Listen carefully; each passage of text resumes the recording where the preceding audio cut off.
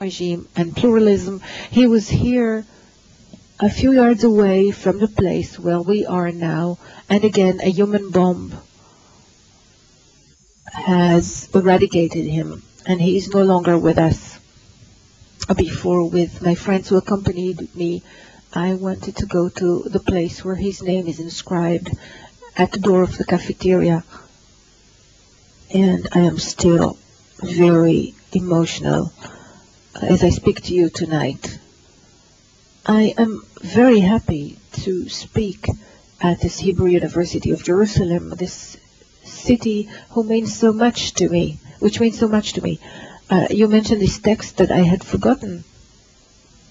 I was not familiar with the text of Levinnas that Benny quoted of before, and in the same way I had forgotten this obituary, this humoristic obituary that I had written, and I'm not really so fond of, but I find today that I was saying there that a great part of my life would be spent here in Jerusalem, and it is true that in fiction, at least in my self-fiction, it is true that I thought about Satan, but it is true that since my first book I have always imagined myself living and being attracted by the light, the beauty, and the spirit of this city where I cannot forget either, and I cannot forget it, this city and this university, which have produced a great philosopher of the previous century who is very dear to both Benny and myself, and I'm thinking about Jean-Paul Sartre, of course, the only award which he received was here at the university, where he received his honorary doctorate at this university, and this man who was really breaking his head and his mind trying to contradict every philosophical thought that evolved in his mind, and he was found as meriting the doctorate, the honorary doctorate of this university, and that is one more reason why I feel emotional about being here this evening and speaking to you here under these auspices. I'm happy to do that as well under the auspices of the Center of Research of Anti-Semitism, the International Center for the Research of Anti-Semitism, and also under the auspices of the Center for Levinnas Studies, because I hold him very dear in my heart. This institute that we founded 2 years ago, Benny and Alain Finkielkraut and myself, under the auspices of the name of Emmanuel Levinnas, who, in my view, I had said that here in Jerusalem on the day of the creation of this institute, the name of Levinnas, which to me embodies the encounter between non-religious Judaism and religious Judaism, secular and religious Judaism, the Judaism of diaspora and that of Zionism. The name of Levinnas, for whom Judaism is the brother of Europe, and for whom, inversely, the attempt to annihilate in Europe and by Europe, to annihilate Judaism, of everything that was embodied in the Jewish question, which brought to an immediate divorce between Judaism and Europe. The name of Levinnas embodies all that, personifies all that. His various inroads into Judaism, and perhaps the very core of this contradiction that I live, this contradiction that we live as a tie, as a knot, something that we have to think about, to reflect upon, to work on. But I'm happy that the name of Levinnas this evening, tonight, is echoing here on the occasion of this conference and this conversation. And I'm also happy, finally, that this is all taking place in French. I'm not sure that, I'm quite sure that you're not all French speakers. There are all those who are also in an adjacent room with whom we will communicate later on by video. But I am happy that French is the main vehicle of this evening. Israel has many friends in France, many more than one would tend to think. They are much more numerous than it would seem. But it is true that in the last few years in France, in certain circles of public opinion, an ill wind is brewing towards Israel and the Jews. This ill wind that I was alluding to in the text that Benny mentioned, where I said, Halte à la diabolisation, stop this satanization of Israel. True, it happens that I feel very pained by what happens in France when I read, not all the media, but certain newspapers, certain editors, and I feel the pain of Israel more than ever estranged from the other nations. Israel plunging in a great solitude, steeping in a great solitude. And I'm happy that what we have to say to each other tonight is said in French, in that particular language, in Jerusalem, in French, in Jerusalem. Daniel Pearl. All begins, this strange adventure, the adventure of this book began a little more than a year ago, about 15 months ago.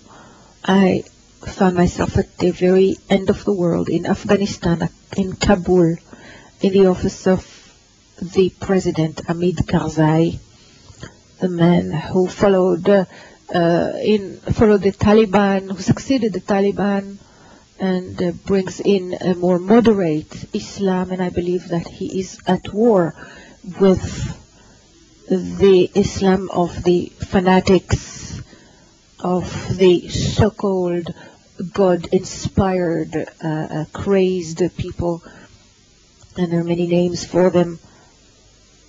One can guess that the 41 victims, that among the 41 victims of yesterday's attack in Casablanca, there were some moderate Muslims who refused to give in to the fury of these crazed persons in Sarajevo, in Bosnia, a city that I became quite acquainted with, and I spent some time of my life, a period of my life. There were Muslims who felt very much their belonging to Islam, but did not interpret it as a command to kill, but on the contrary, and very clearly so, to quote Levinnas again, as an interdiction, a ban on killing. With my friend Gilles Herzog, who's here, I remember that one evening we heard the president of Bosnia explaining that because he was a believer, because he was a reader of the Quran, because he was a Muslim, he would not accept to do to the Serbs, to the fanatics of the time who were the Serbs, to do to them what they were doing to others. It is because I am a man of faith, said he, that I would never burn their mosque. So I found myself in the office of President Karzai, who was surrounded by some of his ministers, and he had convened them, invited them to receive me together with him, honoring old ties that I'd had with some of them, some of these ministers who were companions of Massoud, of the commander Massoud that I had been acquainted with in the past. And so all of a sudden, somebody brings in a message. Karzai became very pale, said a few words to his 2 or 3 ministers who were with him, and then he turned to us and said in English, "The American journalist Daniel Pearl, we have just learned that he's lost, that he's been murdered. He's been assassinated." I left Kabul a few days later. I went through Pakistan. I stopped in Pakistan for a few days. And I was just loitering around the mosques, who were supposed to be the very sanctuaries of the Pakistani fanaticists. And I was offered all kinds of objects of propaganda, cassettes, etc. And one day, they sold me an enigmatic cassette, and I did not fully understand at the time what it contained. And I bought it, and I looked at it, I watched it, and it was the video testimony of the humiliation, the suffering, and the beheading of Daniel Pearl.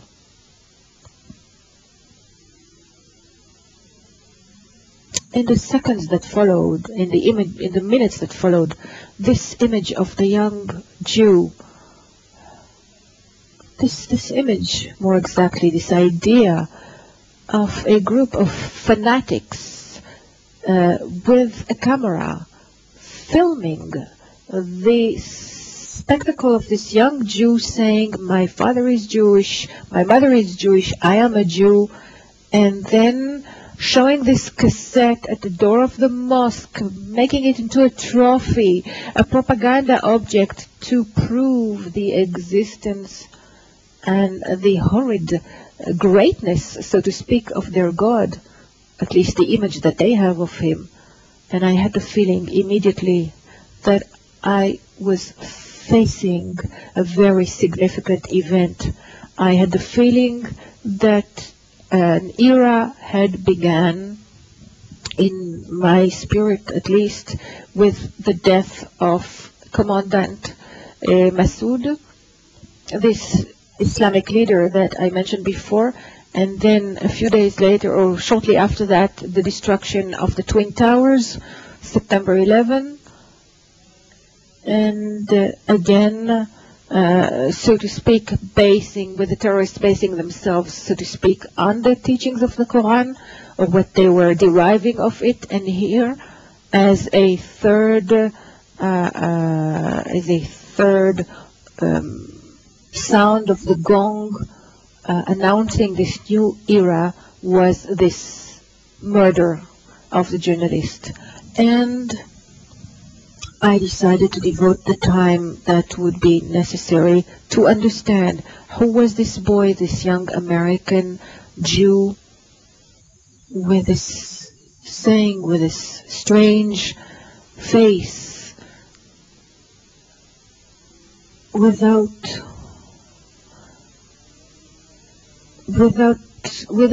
actually revealing the image of a man who thinks he's going to die very soon, without reflecting any humiliation. This young man who just said, "My father is a Jew, my mother is a Jew, I am a Jew."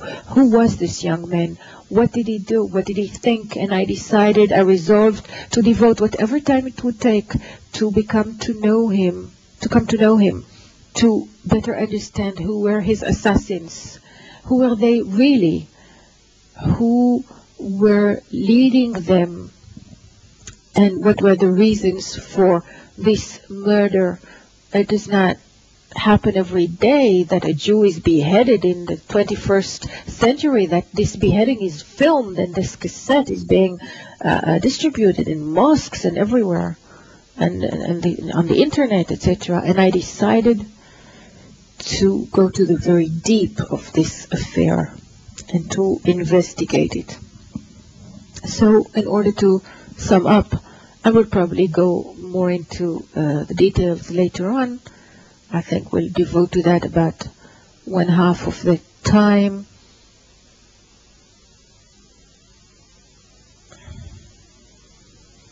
And I shall attempt to answer questions as well. But to sum up, I'd like to say that I have discovered in the course of that year many things. If I were to put together, to assemble the lessons of this very strange year that I spent in the skin of a dead man, in the mind of a dead man, and God knows that I think I'm more apt to be a happy man than to be morbid.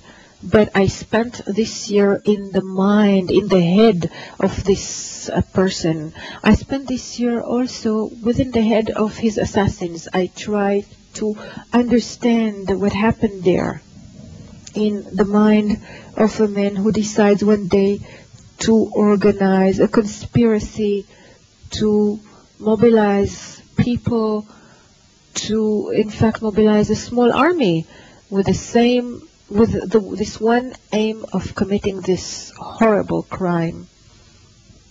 So if I were to sum up in a very concise manner the lessons of this investigation, I would say the following. First lesson of this investigation, which for me is most important, is, and in the very heart of the debate on the war in Iraq, at the time where the entire planet had its eye fixed on this part of the world, and especially on the regime of Saddam Hussein, the first lesson, or perhaps the first fact that became evident to me, that has been sort of persecuting me throughout this year and almost blinding me with its lucidity, is that the real scene is somewhere else. The whole world is talking to us about Iraq. The forces of the free world believe, and they were right, think about the emergency or the urgency of toppling down this dictator, and that is self-understood. But finally, the more I progressed in this work, it transpired that the real sanctuary of world terrorism, the site where the suicide thoughts of that as we see them expressed today, where they are being fomented actually for many years, is not that dictatorship in Iraq, but rather this other part of the world, more to the east, somewhere between Pakistan and Afghanistan, a kind of a transposition of the center of gravity of this Muslim world in its most fanatic part, in its most worrying part of the Islamic world. That is the first lesson that became very much apparent to me. This did not lead me to take a stand against the war against Iraq. I despise what became to be known as the European pacifism,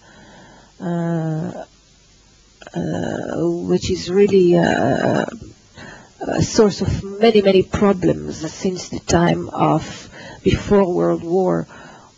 So I did not express any opposition to this war, but as I went along with this investigation, I had the feeling of a mistaken perspective and a certain blindness to the real source of the worst. A second lesson which I drew from this trip into the land of evil is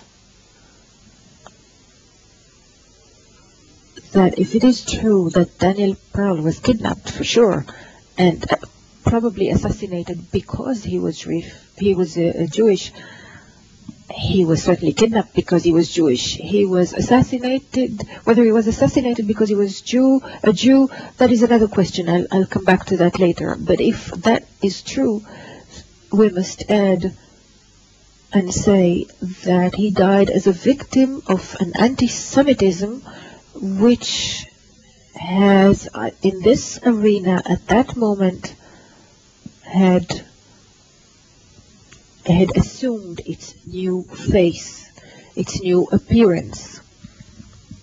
And I'm speaking under the auspices of both the Institute for Levinnas Studies and the International Center for the Research of Anti-Semitism, for the study of anti-Semitism. As you know, anti-Semitism has a history, and this history has several stages.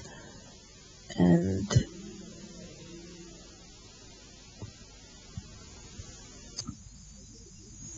there was a time where the strongest tendency in anti-Semitism that managed to raise the masses was the Christian tendency, and mostly the Catholic one.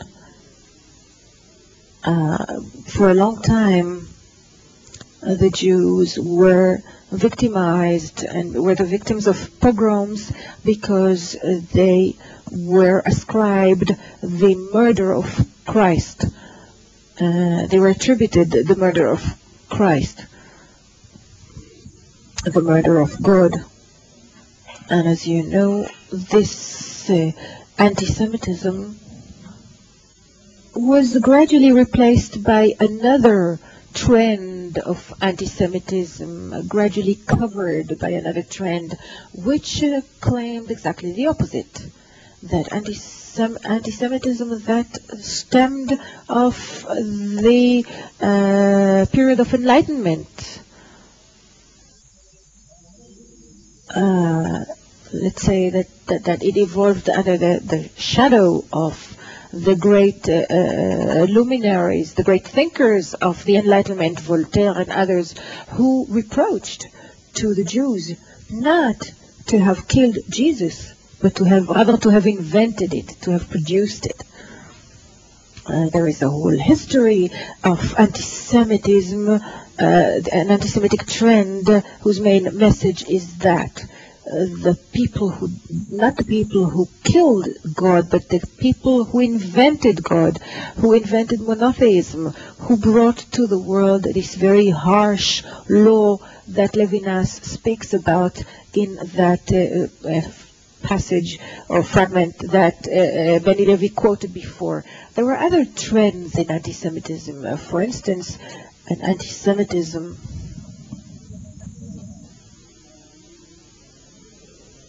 which was perhaps very different, even if it recycled some of the elements, and that was the biological, racist anti-Semitism that claimed that the Jews were the incarnation and representatives of a race that brought in venom into the race of paradise, so the war of the origins, hell versus paradise, the double choice, etc.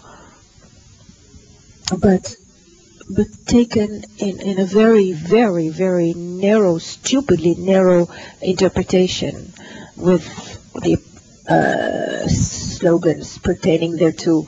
And we can feel for quite some time that this anti-Semitism is returning in our very days, but with a different slant, perhaps. They are now inventing a slightly different trend, which is based on different procedures of legitimization, other modalities or types of reasoning, and very, very generally, they are opposing Israel and the issue of victimization and connecting it to the Palestinian issue. We can feel it coming for several years already. They say you are not the representatives of a bad race. You are not perhaps the killers of Jesus, but you are certainly the modern executioners, and even more perverse than in the past, because in order to better cover your crimes, to have people forget them, you even invent for yourself imaginary crimes, so to speak, perpetrated against yourselves, and that would hide like an ink stain would hide your own crimes. This mixture of Israel's sacralization of the victim, the Palestinian victim, and of course this discourse, of course, not taking into account the real suffering, the concrete politics of a given government in Israel or elsewhere. So this discourse is the discourse which is trying to re-engineer something which today allows, as in the past, to put fire in the hearts of people, men and women, and give them the feeling that it is possible and it is right and correct to hate the Jew as a Jew per se. So the death of Daniel Pearl and the way in which it is described in words, in which it is justified, in which the Pakistani officials that I met all along this investigation, and even the simple people, quite often, not always, but quite often, the simple people in Pakistan experience it today, all that confirms what I said. Daniel Pearl died because he was apprehended, and I quote the Pakistani press,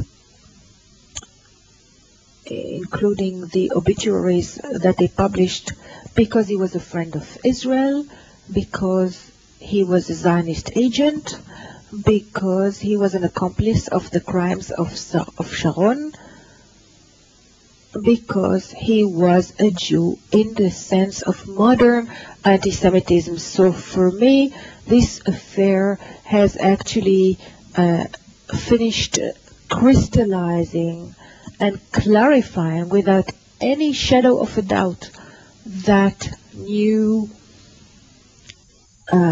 system that we are facing today, that new approach that we are facing today, that we have to face today, whether we are Jews from here or from elsewhere, whether we are Jews who think one way or another way. This is the very heart, the very core of the new engine of anti-Semitism today, of modern anti-Semitism today. Now the third lesson of this investigation, while it's true that the Pearl affair indicates what I referred to earlier, this decentralizing with the Jew being identified with the very name of Israel, Well, from this we must really conclude that this affair breaks out, erupts, is given voice in a part of the world. Well, you could imagine it happening in Syria, Iraq, Lebanon, anywhere generally in the Arab world, in some part of the world which doesn't have any specific actual experienced contact either with Israel or with the contact with actual Jewish flesh, as it were. And in this novel I relate sometimes, somewhat humorously, how Pearl died in a part of the world where the name Levy, my own name, doesn't mean anything to anyone. It's no indication at all of what it means, specifically and explicitly. When I arrived in Karachi the first time, the taxi driver came to the airport and he ran into a policeman in a not very nice part of town. I had to get out of the car. The policeman took my money, my passport, and when he saw my name, he saluted. He was very respectful, and I thought, my goodness, I must have found the only philo-Semitic Pakistani. No.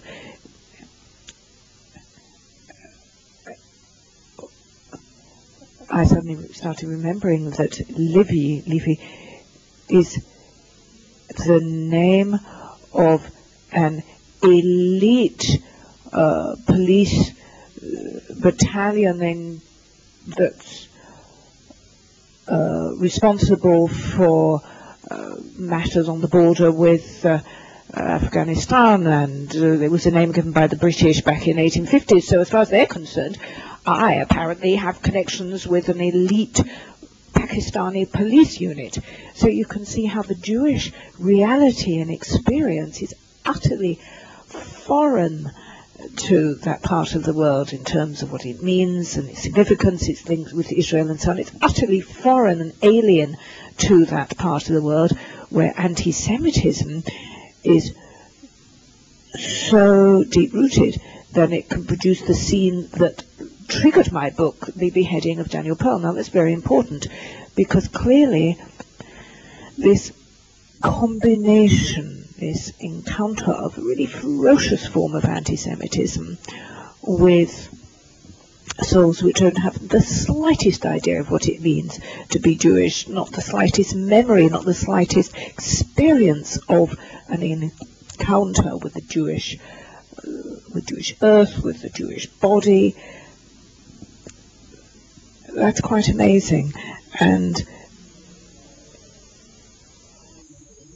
it's something that we find utterly difficult to grasp because it's something that in France, in Europe, in the United States is hashed over time and time again by the media, this whole concept of Jewish and anti-Semitism and so on. There's this idea that peace should come about here, that the Israelis and the Palestinians should somehow make peace, that there should be a dying down of the fires of war here so that peace will be made here, so that world peace will be established, so that the Islamists can fall back into ranks.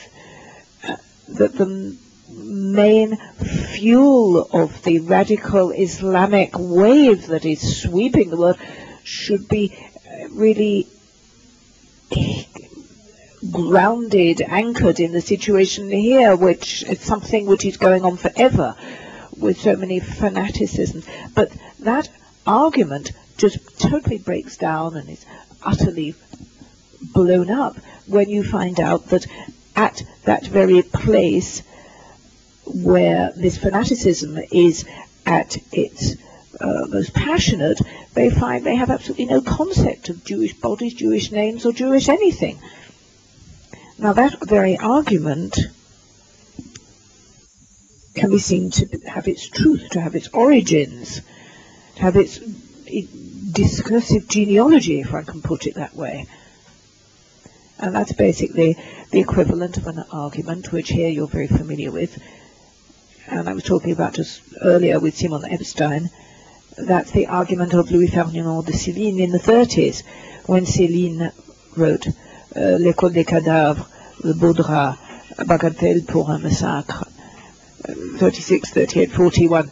These three anti-Semitic pamphlets that were so virulent. They were just as virulent, including they were just as virulent as the pamphlets of the Islamists, saying, when people say, well, if only the Israelis were to agree to peace, then Islamic passions would be calmed. But he says the same things in the 30s. He said that it's because the Jews have been intransigent, it's their identity, their very being. They are the people who are responsible for everything that's going on. They are the very heart of this war that is coming, or then of the war that has broken out. With this lengthy experience with Pakistan, this going into the lion's den. All of my experience there proves that as well. This political and geopolitical lesson, which is just as blinding as that which I referred to at the beginning of my presentation. And then my fourth lesson, and perhaps this is the main one.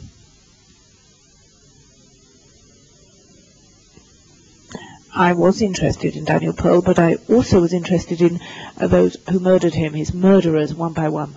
I wanted to identify them. I wanted to track them down. I wanted to understand the path that had led them to become what they had become and do what they did. I wanted to understand how their minds work, their mindset, because of psychological aspects, and also this whole question of power balance and the war and democracies. The democracies, including Israel, are involved in a war, not a war of civilizations, but a war, political war with radical Islam in all its versions. So I went and tried, well, there are others as well, many journalists who've done this work. Let's say I'm one of the few people who've taken some time in order to go and look at the backdrop from the other side, looking in their heads, through their heads and through their hands, at how the satanic dimension is currently being played out. In other words, what is called Al-Qaeda. Now, there are very concrete lessons and there are very specific results and outcomes of this investigation. For example, I think Daniel Pearl was about to show that Al-Qaeda is not bin Laden, or rather that the question or the question which is often asked by the journalists and the other powers, is bin Laden alive or not? Is he living in Afghanistan or where? That's not really a particularly valid question, because, you know, bin Laden could only have come out of the way in which the BRP is presented, above all as the spokesman of a certain number of tutors and mentors and masters, political masters, perhaps spiritual masters also, I don't know. Oh, far more important than him, one of whom was identified by Daniel Pearl. I managed to track him down as well. He's called Gilani, and he is perhaps one of the reasons why he was killed. Pearl discovered, and I subsequently discovered this as well. There's the stage. There are the people who get the prompters. Bin Laden may be good at strategy, so he's not a good reader of the Quran. He's not a brilliant leader. That is the task of people far more important than him, who is certainly still alive. This Gilani, Isha Galini, He's in Lahore in a house that I saw. He teaches at a madrasa, and I went in there in Karachi. It's called the Binori Town Madrasa. So this is a far more complex picture than the world videos would seem to indicate to us. Now, when it comes to faith and this question of the spiritual aspects of this affair, the holy warriors, as they call them themselves, these holy warriors of this holy war. As a result of my investigation, I'm absolutely convinced that the religious dimension in radical Islam is far less important than is believed, certainly among those who are in charge, the bosses.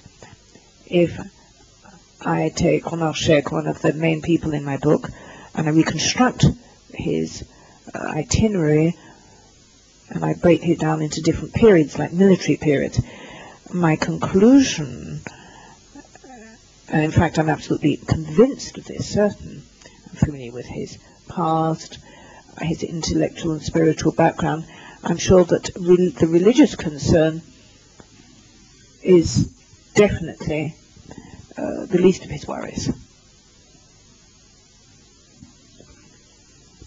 As far as all of these people are concerned, they have a taste for power, for money.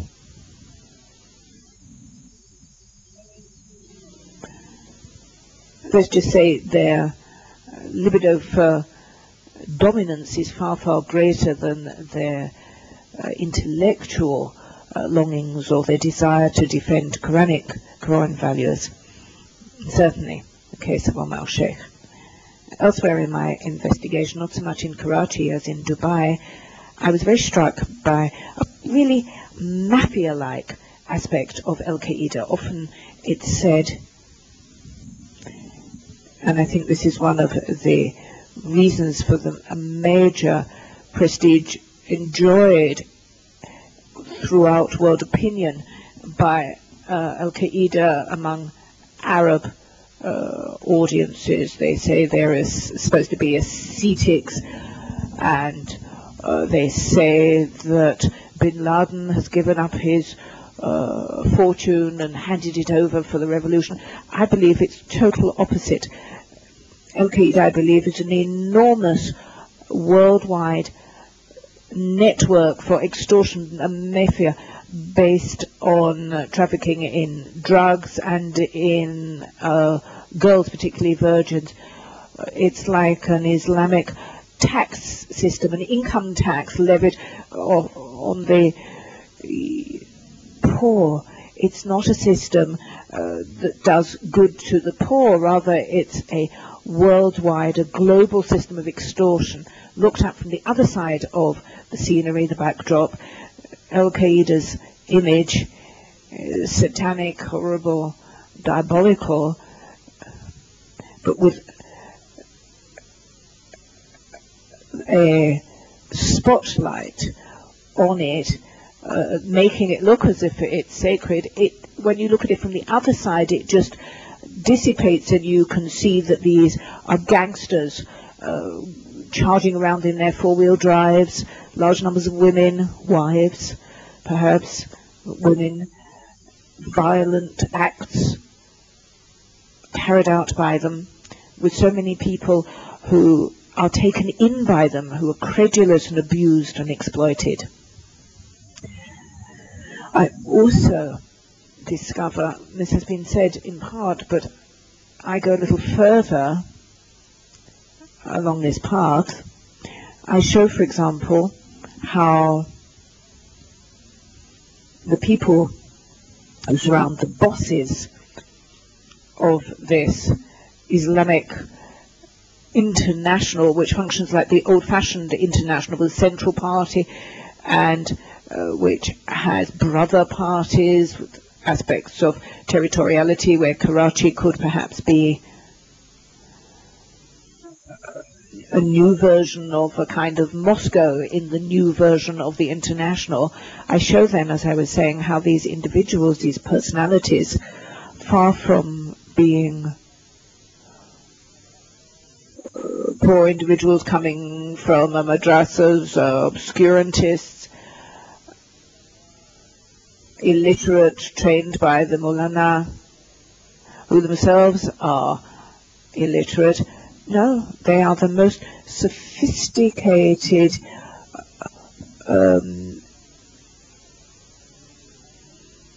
offshoots of Western education. Omar Sheikh, for example, went to London School of Economics, LSE, came from a very good family, well-off family, and again that disproves the thesis according to which this revolution is a reaction to despair, people who had nothing and had nothing to lose and therefore throw themselves into the struggle.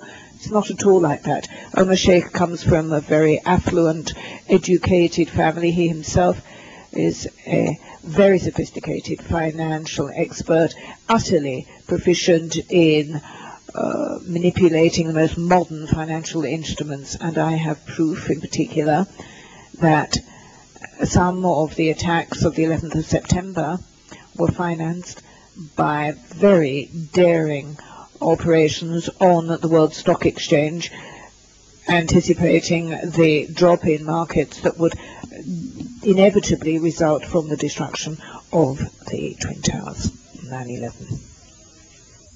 So basically this means not only delving into the head of a man who had been killed, but also delving into the mind of a man who is still very much alive, these people who manufacture kamikaze agents, suicide or homicide killers. Like many Europeans, undoubtedly, perhaps like many Israelis also, I don't know, my image was somewhat simplistic of an inspired suicide bomber, someone who decides one morning to put on his explosive belt and go and blow himself up a couple of 100 meters away from here, or not really out of despair but out of faith would blow himself up. I discovered that they were kamikaze factories, real incubators of suicide bombers in Pakistan. First of all, they inculcate people with political education. There's a whole kind of market and economy for all of this.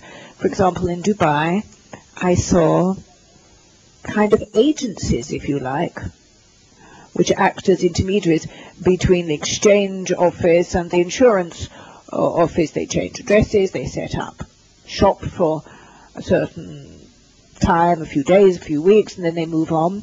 And at those points you see a son or a daughter come along, or the parents come along to negotiate the joining of this army of suicide bombers by their son or daughter. Real negotiations involving means or resources that could establish a butcher shop in Karachi. Someone has a life policy that he's prepared to make over. Real negotiations and a proper market is a supply and demand set up. And it's a real economy of death.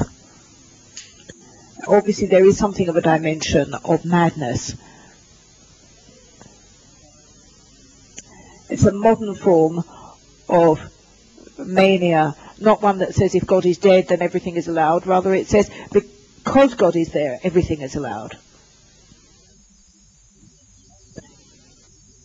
This is an economy, a very down-to-earth one. It doesn't involve anything sacred. It's utterly sordid. And this is the other face of these people, of these politicians who are responsible for these crimes. And then, of course, there's the actual individual, Daniel Pearl himself, and his character, his personality. He's the main figure in this book. And really, he lived within me throughout this investigation. And to some extent, this book, as I think I've already said in my tale, this book is a little bit like a paper tombstone in words for this posthumous friend, Daniel Pearl. It's a tomb for someone who didn't have a real tomb, a real grave. His body was cut into 10 and stuffed into plastic bags. His remains were dug up a few weeks after he had been so cruelly and horribly killed. So I tried to make him a little paper grave in my own way, as best I could. So let's now turn to Daniel Pearl. I tried to understand why he was killed, who he was, and I came across this scene referred to by Benny in his introduction. This dreadful scene, and it's a scene also which is so enigmatic when he was forced to say, my father is a Jew, my mother is a Jew, I am a Jew. And this is really one of those points where the book really posed a question mark, where it hesitated. And this hesitation is something that I allowed to remain in the book. I didn't erase it subsequently. There were 2 points really in reading this sequence, this image. There are 2 phases, if you like. There's the first phase where, like everybody, I thought that Daniel Pearl's murderers forced him to say these words before killing him in order to humiliate him. I am a Jew means, they meant, in their mind, to them it meant, and hence it meant really placing these words in the mouth of the person that they were torturing. It meant that they were humiliating him as if they were forcing him to say, I am a subhuman. And that, I thought, originally was what was meant by these people who were so horrible to him before slitting his throat as if he was a cow or a pig. That was the first reading, the initial reading, that I think practically everybody produced. And then a few months later, I met Daniel Pearl's parents. I went to Los Angeles to meet them, just as I went and met Omar's parents, as I went and met the friends of both of these individuals, and I went to meet Daniel Pearl's parents. They were Israeli Americans, utterly admirable. They were so dignified and so brave.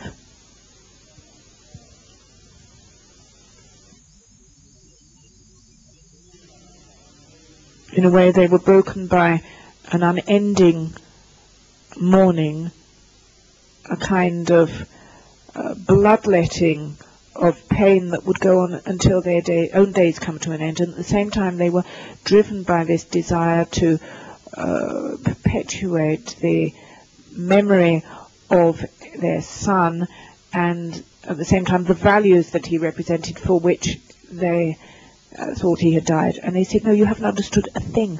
Reread what our son said and declared. Look at that video again, that video that we didn't want to see. No parent in the world could look on at such an awful scene of their own child being murdered in that awful fashion. But it's as if we've seen it, we can imagine it. And I myself actually would have told them. But they said, look at it again, look at that video again. And that's a sentence. There's a sentence which should surprise you. And they said, which one? They said the earlier one. Before he said, my father's a Jew, my mother's a Jew, I'm a Jew. Before that he said, I belong to a family of Zionists. My great-grandfather, Chaim Pearl, gave his name to a little street in a little town close to Tel Aviv called Bnei Brak.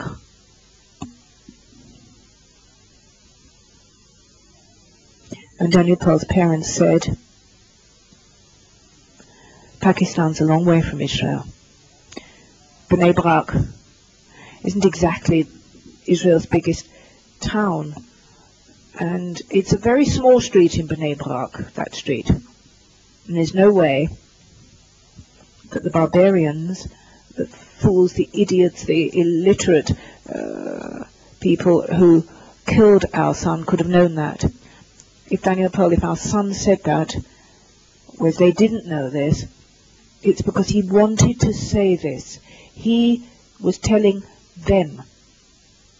And in that way, he was really, it was his intention to make a statement, an affirmation. And if you listen to that message that he is sending out to his captors and to those who will see the video and to us, his parents, who would hear it one day, if you hear this message, what he's saying is, I belong to a family which built this beautiful thing, which is Israel. I have a grandfather who built towns. You are barbarians, and you are wicked men, and I and my family, while you were preparing all this barbarianism, they were making civilization.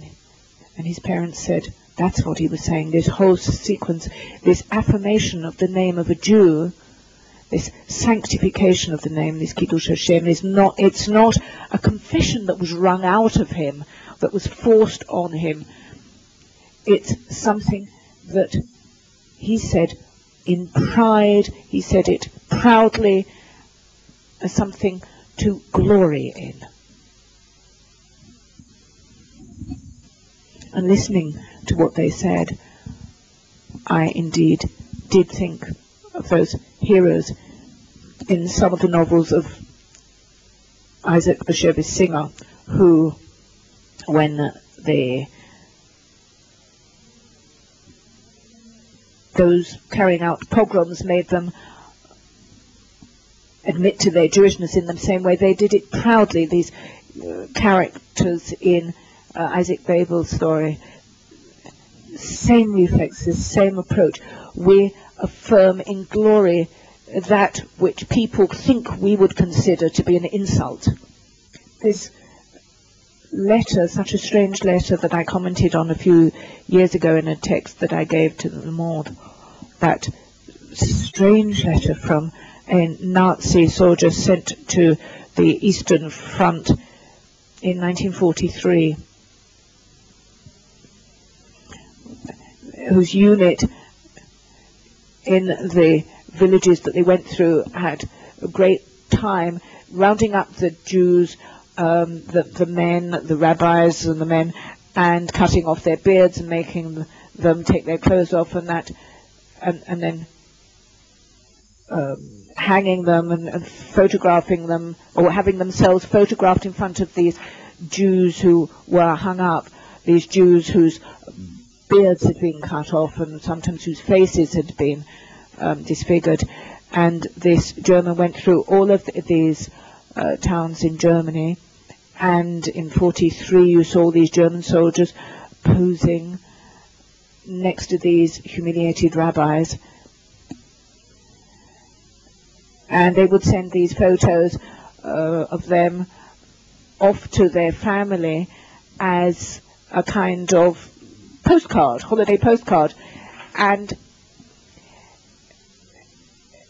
it was such a strange, there was a strange, enigmatic anecdote. There was a Jew in one of these Polish villages who started to sing as he was being forced to admit before he was killed that he was a pig of a Jew, an old Jew who wasn't worth anything, was worthless. He started to sing, and in this Remsmal exhibition, named after the person who'd collected all of this, there was a letter there among all the exhibits. This letter came from, or was written by a soldier who thought the whole this image of a Jew who was starting to sing when he was forced to say what he was. He found it highly comical, this soldier, and I must say that it was seen of the same type that those who tortured Daniel Pearl were really experiencing, that as they tortured him, this he became far more subtle than his murderers. Not only more subtle, but at that very moment he gloried in what they thought they were forcing him to accept as an insult, in this affirmation of Jewish being, in giving such positive aspects to Judaism. He gloried in it. He said that this was something he was utterly proud of, and this was something that impressed me very deeply. And it's one of the reasons which makes Daniel Pearl such a wonderful and striking embodiment of Jewish values. Just a few more words before we start our dialogue, our conversation. If I still have a few minutes, the parents of Daniel Pearl, Yehuda and Ruth Pearl, believe, and I believe with them, that this Jewish being imposes a certain set of values and duties on those who claim that they want to maintain the memory of Daniel Pearl alive. So what are these values that Daniel Pearl believed in and was loyal to? And I would like at the end of my book to be seen as being loyal to them as well. What are these values, put more concretely and not in an ethereal manner of general ideas? There is a certain foundation which was established, named after Daniel Pearl, which explains and studies those values that have to do with you as well, that bear on you as well. The Pearl parents and his relatives and friends insist on what they called the necessity for a dialogue. But dialogue doesn't really mean a lot. It is the kind of word or term which can push us back into those more shapeless general ideas. But I think that they think that Daniel Pearl believed that this war of this cultural war that everybody talks about is not inevitable. And the protagonists of this drama, Daniel Pearl and Omar Sheikh, his assassin, read at the same time the Huntington book about the clash of civilizations. Omar reads it to study the logic of future times, the description of the world at war that he would like to bring about. And Daniel Pearl reads the same book in order to refuse those very same ideas, to refute them, in order to say that this thesis is groundless, that it does not describe real war or real divergences of opinion that the world will have to face. Daniel Pearl believed, for instance, and it is an idea that I hold very close to my own heart, that the only war of civilizations that is valid is the one that opposes democrats and totalitarians, for instance. That is the war of civilizations, the war that manifests itself within the world of Islam, between those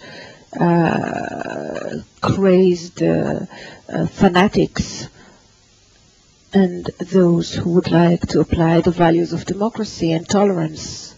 The values that Daniel Pearl believed in are probably also here in this part of the world the values of negotiations, the values of compromise, the necessity to escape an encounter that is a murderous one.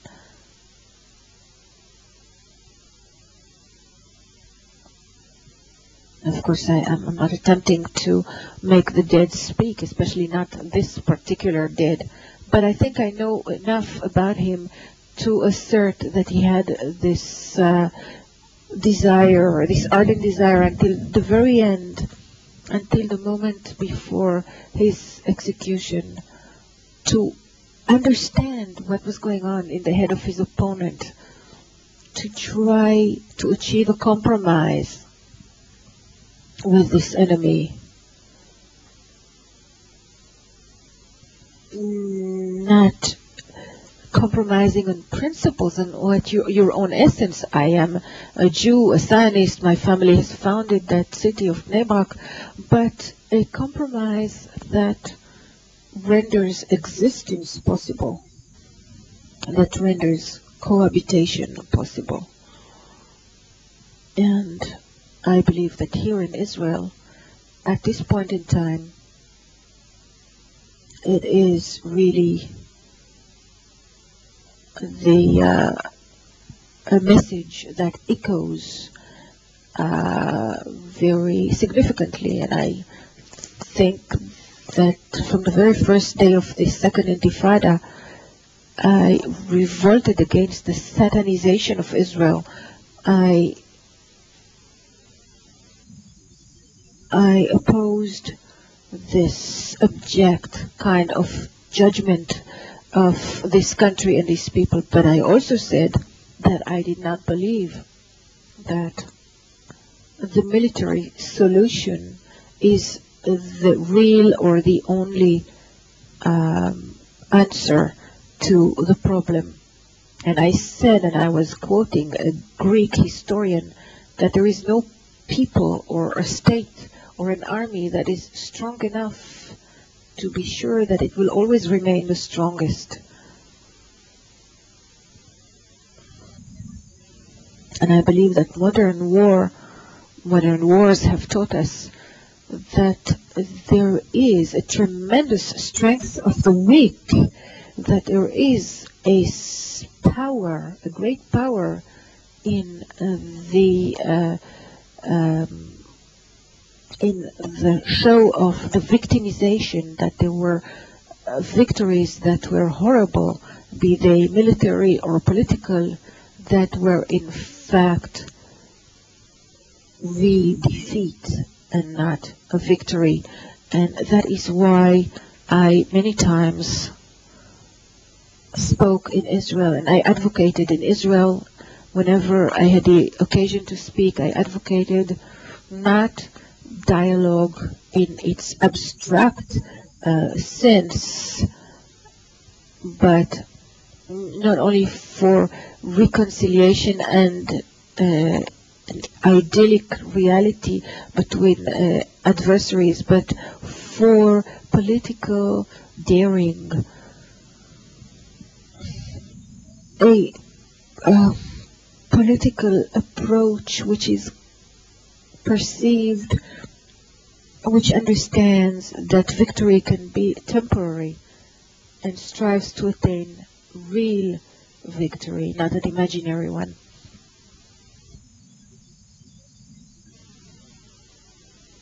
And I believe that this is what Daniel Pearl could think, or what his memory could evoke in our minds. Thank you very much.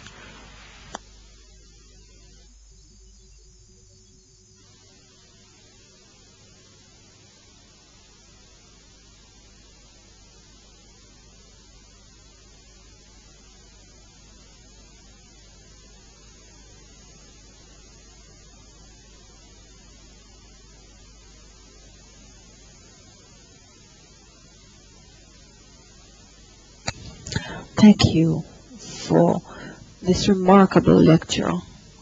I am sure that many in this room, everyone in this hall, could appreciate the talent of the journalist who's conducting a very serious investigation, the talent of the author who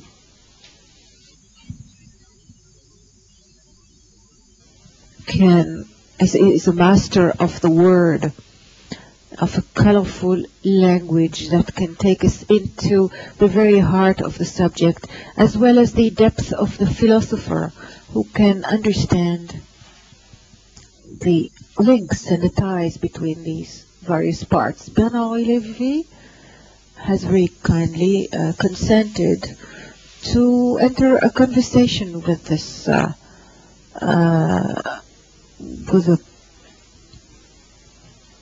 with the audience in this room, and we'll try to take time for questions and answers. There are two microphones on the right-hand side and left-hand side of the hall, and I believe that for good order's sake, people who have a question to ask, would they please step over to the microphone? And this is also being filmed, and it would be easier for us to listen to them. And while you are thinking about this richness of thoughts that were exposed to you, I will ask two small questions myself, which really troubled me when I read the book and while I was listening to your lecture. A question that you touched upon the issue of anti-Semitism, but I'm asking myself, in this trip that you took into the end of night in Pakistan, when you think about a country, a state, which is not an Arab state, a country where there are no Jews, a country which is far away from our Israeli-Palestinian conflict.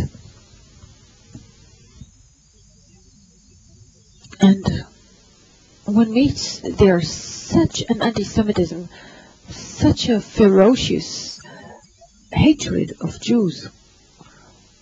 There is a scene in the book where you speak with the head of the chief of the police, and he really goes on, and he says at a certain moment, "I do hope, Mr. Levy, that you're not Jewish." And I'm very curious to know what you really felt, because you did step out alive. How can we explain such an abstraction with the Muslims of Pakistan? And the second thing, which is so well described in the book, very precisely, and it is very worrying for Israel, among others, from the point of view of security. Well, it is a nuclear power, the only one which is a Muslim country that has the atomic bomb, that has nuclear weapons. Should we here in Israel, should we be worried? Because they practically never speak about Pakistan here. They speak about Iran, they speak about the Arab countries. But for security services, for the political elite, is there a real danger here?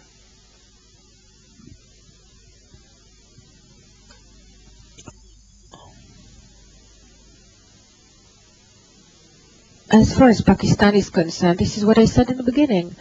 Yes, I do believe there is a blindness of the West and the reality of that threat, among others the United States. Everything happens as if they live by a definition of rogue countries that goes back 20 years ago. The famous trio, Iraq, Iran, and Libya, of the Carter era or the Senior Bush era. Now we have another trio, Yemen, Saudi Arabia, and Pakistan. And I believe that there is a change of perspective that should be carried out immediately, urgently, if we really want to fully appreciate and understand and learn how to react to what is happening to us, among other things about nuclear weapons. And this is the conclusion of my book. This was certainly one of the investigations that Daniel Pearl was working on. In other words, the transmission by certain security services of Pakistan of nuclear elements to Al-Qaeda. The last article for which that he did not write, and one of the reasons why I had to write this book, which is in a way the writing of this interrupted article in order to 500 pages in order to complete the last investigation of Pearl. That was it, the investigation about the Pakistani researchers and scientists who are really of world renown, who are inveterate Muslims and members of the Jihad and Al-Qaeda, and they nurture the dream to transmit their knowledge, their science, and some of the products of this science to people who are close to bin Laden. Pearl had detected that, had traced the trip of two of them, Bashir bin Mahmoud and Abdul Qadir Khan, two important scientists to Kabul and Kandahar. I here went a little bit beyond the point where Pearl had stopped, which confirmed not that Al-Qaeda has the bomb, that would be ridiculous, not that Al-Qaeda is about to have it. I believe that it is still a long time before that happens, but that this is their dream, that this is really the dream of some Pakistani scientists, and that some of the security services of that country are accomplices. There's no doubt about that. That was the conclusion of Pearl, and that is mine as well. About the anti-Semitism without Jews and without a concrete experience of Israel or the Jews in Pakistan, well, that will surprise only those who believe that anti-Semitism has anything to do with us, that anti-Semitism has anything to do with the Jews, but anti-Semitism has nothing to do with the real Jews, with concrete Jews. It has to do with something else. It has to do with an imaginary with metaphorical structures, with all kind of satanic interpretations which are very foreign to us, and which do not reflect what we are at all. So I would say the opposite. I would say that this Pakistani anti-Semitism, a little bit like Austrian anti-Semitism in Europe. I said a few months ago that there was a public opinion poll in the Austrian press that showed that the European country in which there is the largest number of people who believe that there are too many Jews, that they're seen too much, is the country where there are the smallest number of Jews after the World War, which is Austria. So that confirms what I always thought, that anti-Semitism is something that has to do with anti-Semites, but has nothing to do with what the Jews really are and what they can produce in the concrete and real world. So this Pakistani story, this delirium of this commissar who really practically vomited all this anti-Semitism harangue on me, which really caused me to really feel sick. And when he said at the end, I hope you're not Jewish, Mr. Levy, and I said, well, I don't think that you're a real Muslim, because the real Muslims know the book and know that the Jews are something else altogether. So that really is anti-Semitism, pure and simple. A question that's not asked into a microphone is not heard by the interpreters. Would you please ask that person to walk over to the microphone and ask their question to the microphone so we can hear them and translate them?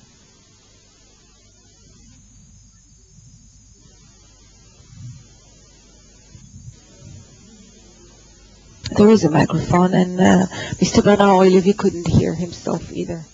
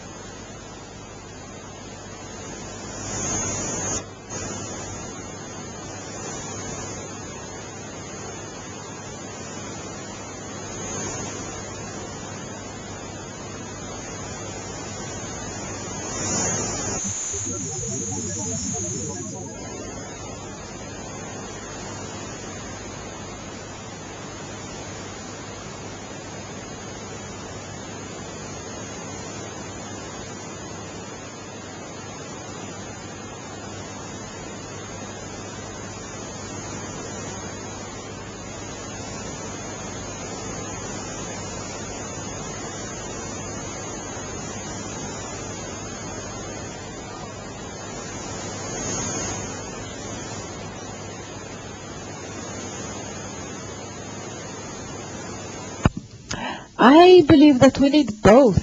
Facing hatred, we do need both. I believe that when faced with hatred, with that kind of hatred, if I understood you correctly, we need to fight against it, we need to oppose it with equal violence, but I believe that we will never be sufficiently strong to be sure that we will always be the strongest, and hence we must create the conditions for to enable us not to have to carry out war all the time. I believe that there was no other means in the beginning of the Intifada. I believe there was certainly no other means to do faced with those suicide bombers and this war declared by the Palestinian leadership against Israel. There was no other means but to respond in a military manner. But I believe that once the military response was given, the only way to go about it is by providing also a political answer. And a political answer means that there is a sovereign gesture, a sovereign measure taken by he who today is yet, for how long I don't know, but I hope that for many years to come, who is still the strongest, a sovereign gesture towards the opponent, toward the enemy. I really and truly believe that. I feel that very deeply. I believe that if we speak about this part of the world, the situation in which we are, in which Israel is really an impasse, is a dead end, and I'm sure you feel that as well.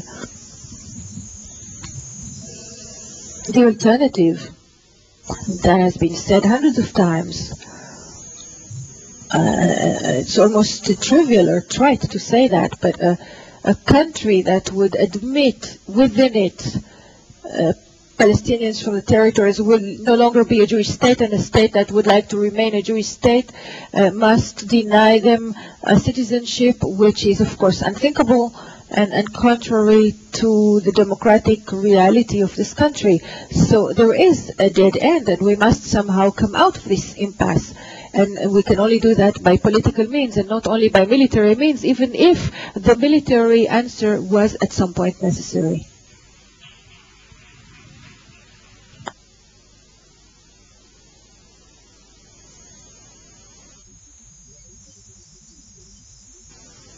I want to make a very brief comment and then ask a question. Listening to you, we really shudder. You referred to, you followed in Daniel Pearl's footsteps. You followed the same path, and you did manage, nevertheless, to escape. Otherwise, the witty obituary that was read out might have come true. Now, you referred to those who are crazed by God, and you referred to the mafia. I'm sure you don't think this, but it gives the impression as if everything is in the sidelines. It looks as if there is a healthy Muslim world, certainly a moderate one, where there are a number of mafia-type groups, various interest groups, which are rather sordid and are trying to manipulate all of this in order to trigger and generate or unleash some sort of war against the West, exploit it and so on. You referred to the various modes of anti-Semitism. Don't you think you perhaps skipped over the very crux of everything here?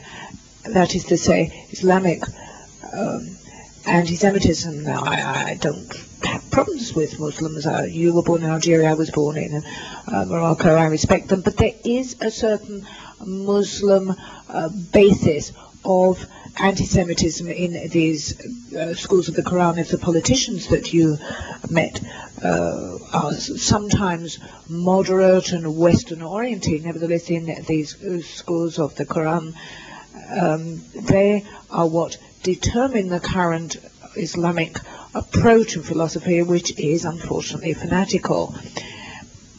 Don't you think, therefore, in the very essence of the body of the Muslims today, we're facing a form of thought which is utterly coherent and solidly based, which for them makes utter sense because they're opposed to us.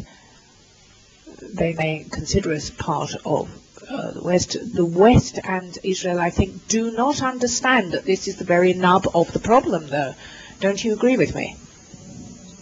Bernard, before you reply, I'd just like to repeat my question. I think that you referred to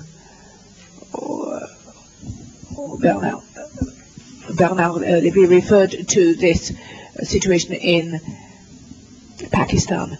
But don't you think what happened to Daniel Pearl isn't really referring to something that's quite impossible, something that you cannot actually put in symbolic terms? That's my question. Well, that's a very difficult question to deal with this evening. I'm sorry, I'm not sure I can, in the shortness of time available, respond to it. It's true that that does really bring us to the crux of matters, but I really don't want to skip over this in replying. The other question is obviously a difficult one as well, but perhaps it's a simpler one to reply to, at least briefly. Yes, of course you're right. Obviously, there are the three things, the three aspects. There's the foolishness of the illiterate, there's the mafia reality of the gangsters, and then there is a Quranic source also. Yes, of course. Quite right. And the Quranic source of anti-Semitism, of fundamentalism generally, and of all the subsequent barbarian acts, are very much linked with the essence in the Quran. To put this very succinctly, it's a question of debt. Everything in the Quran which claims to eliminate the debt at the point of previous writings, everything in the Quran which argues as if that letter is the first one, that nothing came before it, that the beginning is the Quran and everything else, i.e. the Bible and the Gospels, but above all the Bible, is only at best a vague outline, a draft, which is now being replaced by real writings. All of that obviously triggers such phobias to what came before, hatred and jealousy, a desire to wipe out that which came before, and therefore a murderous desire. That's all quite clear. And everything involved here conspires along the lines of thinking, together with what and combines with what I said about the mafia and so on. But having said all of that, the question is whether the Quran, whether the readers of the Quran will indefinitely leave it at that letter of their own letters. Won't there be desires to interpret, to elaborate on? Don't you think something will happen in the interpretation of the Quran? And I think that is the case. And we do indeed know that, albeit in a very minority fashion, underground, almost clandestinely, there are efforts being undertaken to produce a rereading of the Quranic text in order to recognize the debt. In other words, along the lines of acknowledging the prior existence and nature of the text of the Gospels and above all of the Bible. And that really is the nub of the question. The day that the Muslims, as a majority, agree that they are not the first, that they do not, that they are not the sole holders of a perfect epistle that came out of nowhere, an imaginary body, when that day comes, if it ever comes, then their question of their relationship with Christianity and above all the Jews will be posed in utterly different terms. When I said there is an alternative to fundamentalism in Islam, that's what I was thinking about. And I'm thinking here of the work of a certain number of scholars and academics who, one is more or less, depending, familiar with, but who are working. Maybe this one will take 50 years, another one will take 20 years. I don't know. We'll have to wait and see. But this is a theological question, and it certainly is a very valid point with regard to this issue of the debt owed by Islam to the religions which came before it. Henri Levy, a little to the left. First of all, welcome home. That's the first thing that you should have been told. I want to refer you to anti-Semitism here. I want to talk about anti-Semitism. We said, first of all, there was religious anti-Semitism, and then all the forms of anti-Semitism that we've suffered and experienced. What could we, as Jews, have done for centuries and centuries in order to fight against this anti-Semitism? When a child is born, it's not an anti-Semite. Perhaps we have forgotten how to make ourselves known, to communicate in order to state and convince people that that anti-Semitism is not something that has any validity. That's my first question. I don't think it's a question of communication. I think one can defend oneself against anti-Semitism. One can fight anti-Semites, one can strengthen oneself against attacks by anti-Semites, but one can certainly not convince them, nor can one, through tools of good communication, make them drop their attacks. I think it would be to deceive ourselves to say that. And one last question. I'd like to come back to Europe. I was visiting an English friend who's very concerned by Israel's isolation in Europe. Isolation which has come about and will come about in even greater form. You referred to Israel's friends in France, but what can one do, perhaps, so that those of us who are perhaps Israel's ambassadors, who have the good fortune to be Israel's ambassadors, what can we do to combat this isolation? And what, in your opinion, is the state of play? How are things? Is it really bad? What do you think is going to happen in the future? Thank you. So your question is what? Israel's isolation? Yes, says the questioner. One sees a lot of people who are really concerned by this isolation. I'm speaking of a Jew who's living perhaps in England or in France, who starts talking to other people. And it's so difficult for them to explain Israel's position. Well, perhaps hands-on advice for these people. Well, I think you have to give me advice. You know, there's a book that's just come out in France, written by a very strange individual who I think is a little odd. Well, I'm not going to criticize him here now, he's not here.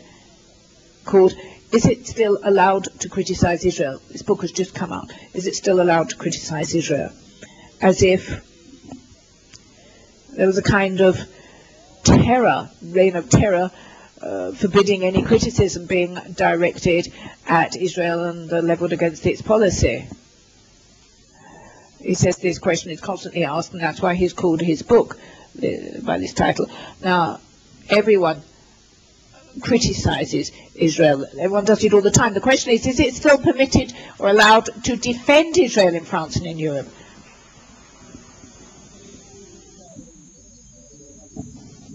This often places you at a major disadvantage. You become the target of criticism. You become a kind of neo-fascist figure.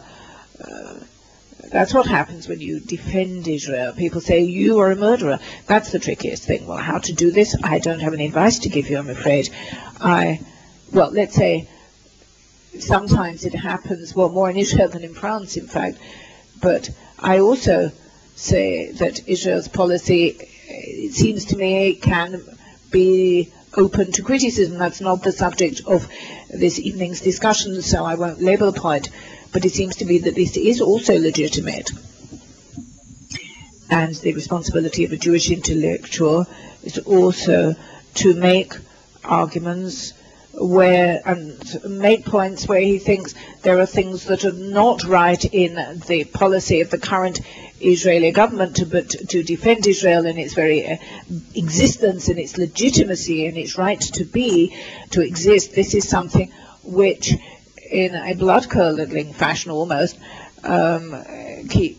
becomes terribly difficult to argue for in Europe. Not just in France, there are other countries in Europe where it's even more complicated, where the very idea,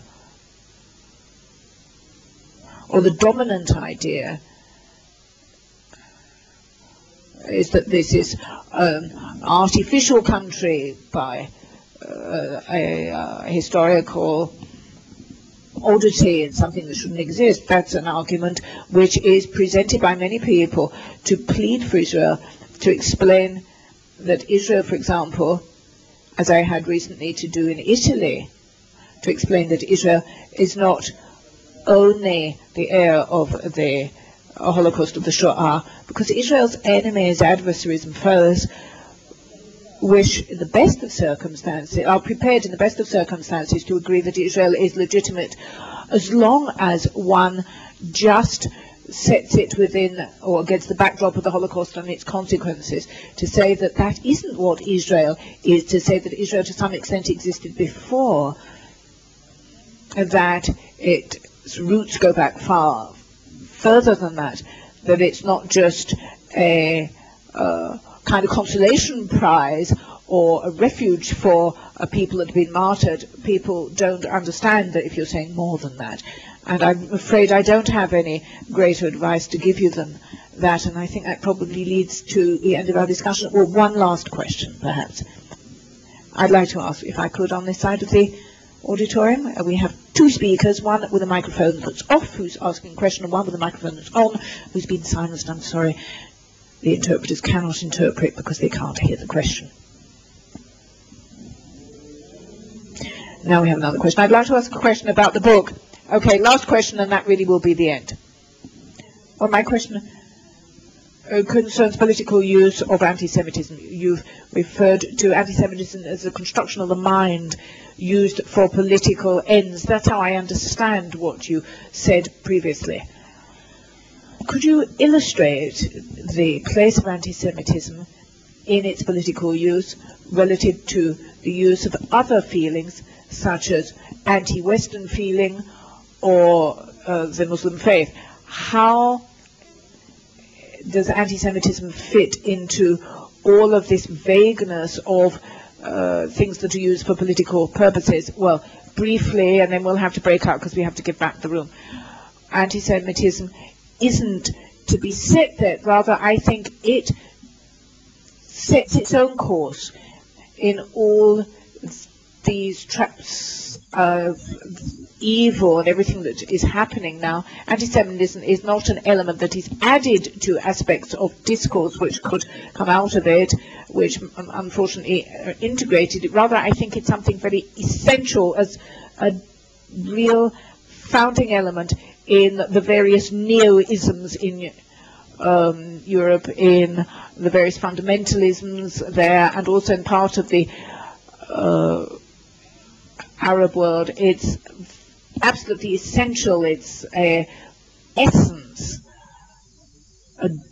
the nucleus, if you like, where all these other isms are kind of branches. I think you shouldn't present it as an additional element, but rather as the very seed of evil when talking about anti-Semitism. As to this English minister, well, that was a private comment he made talking about Kabul and so on, absolutely dreadful comment that he made, and it was, I should imagine, immediately denied and rejected, and I'm sure that it reflects part of, in part, a lack of awareness of what's going on in France. Not entirely, however. I know that sometimes I certainly do disagree, my goodness, with the French government, but I don't think that one can say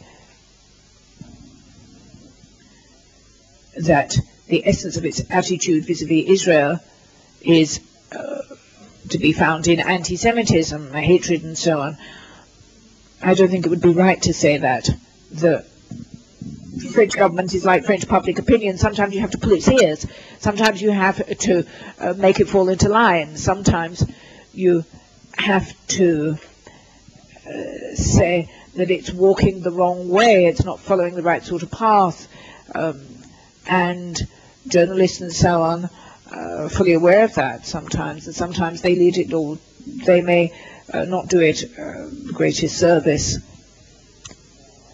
There certainly is a very pro-Arab approach, but there is also a genuine friendship to be found for Israel, and there's a clash between these two trends always going on. It's not just now, and that's what we have to tackle. And then there are private comments made by individuals in positions of power and so on. But that was an English minister you were quoting, I believe, not a French one. That was a French one? Well, you know, there are ambassadors of fools as well. Thank you.